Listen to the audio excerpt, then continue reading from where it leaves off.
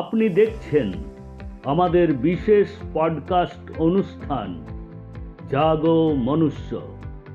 এই অনুষ্ঠানের মাধ্যমে আমাদের বিশেষ অতিথি সন্তান দলের সম্মানীয় প্রেসিডেন্ট শ্রী শঙ্কর সরকার মহাশয় প্রকৃতি ও মহাবিশ্ব সম্পর্কে আমাদের সবাইকে সচেতন করবেন। এই অনুষ্ঠানটিতে ধর্ম, রাজনীতি, বর্ণ এবং আরও বিভিন্ন বিষয়ের কথা মানুষকে জানিয়েছেন। প্রকৃতির দান সার্বজনীন, জন্মগত অধিকার অনুসারে universal birth right given by the nature to all. এই প্রকৃতির সমস্ত সম্পদের উপর সকলের সমান অধিকার পাওয়া উচিত।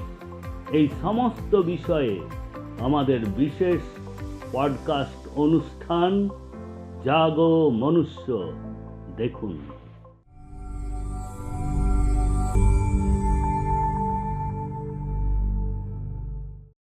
রাম নারায়ণ রাম।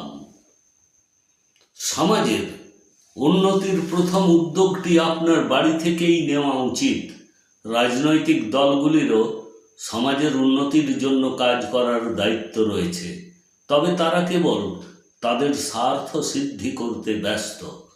আমাদের সংবিধানও এই জাতীয়, যে অন্য কেউ বাঁচুক আর নাই বাঁচুক, নিজে বাঁচলেই হবে। আজকাল অনেক শিক্ষিত মানুষও চোর। কে চোর নয় আমাকে বলুন না? সমস্ত রাজনৈতিক দল, সমস্ত ধর্মের ঠিকাদাররা কখনো কি এ কথা বলেছে যে আজ থেকে হাজার হাজার বছর আগে ঈশ্বর, আল্লাহ, ভগবান, গড কিছুই ছিল না? এই সমস্ত লোক এখন কোথায়, যারা এগুলো সৃষ্টি করেছেন?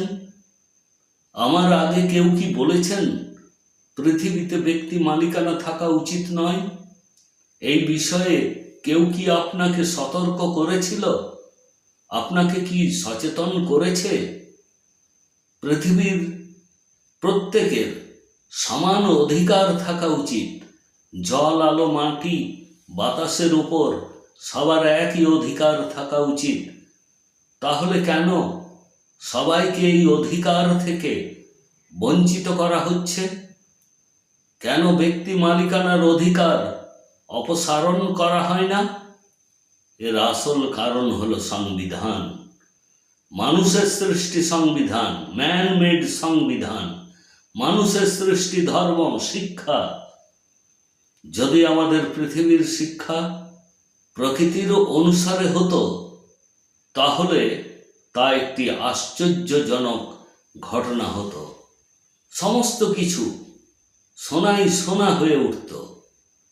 একজন মানুষের মনে যাই ঘটুক না কেন, তা পরিবর্তিত হতে পারে না। দরিদ্র আরো দরিদ্র হয়ে উঠছে, ধনী আরো ধনী হয়ে উঠছে। দরিদ্রের ঘাম, রক্ত ধনীদের পকেট ভর্তি করছে। এটা কেউ দেখেও দেখছেন না। প্রত্যেক ব্যক্তি কর প্রদান করে, জিএসটি দেন, তবুও তিনি অধিকার থেকে বঞ্চিত, দরিদ্র হয়ে আছেন। এই সমস্ত টাকা কোথায় যায়? এই সমস্ত অর্থের হিসাব কে দেবে? এই সমস্ত কিছুর জন্য কোনো নিয়ম রয়েছে কি? মানুষের দ্বারা তৈরি সব কিছুকে বাতিল করা উচিত। মানুষ আগে দুধে জল মেশাতো, আর এখন জলে দুধ মেশানো হয়।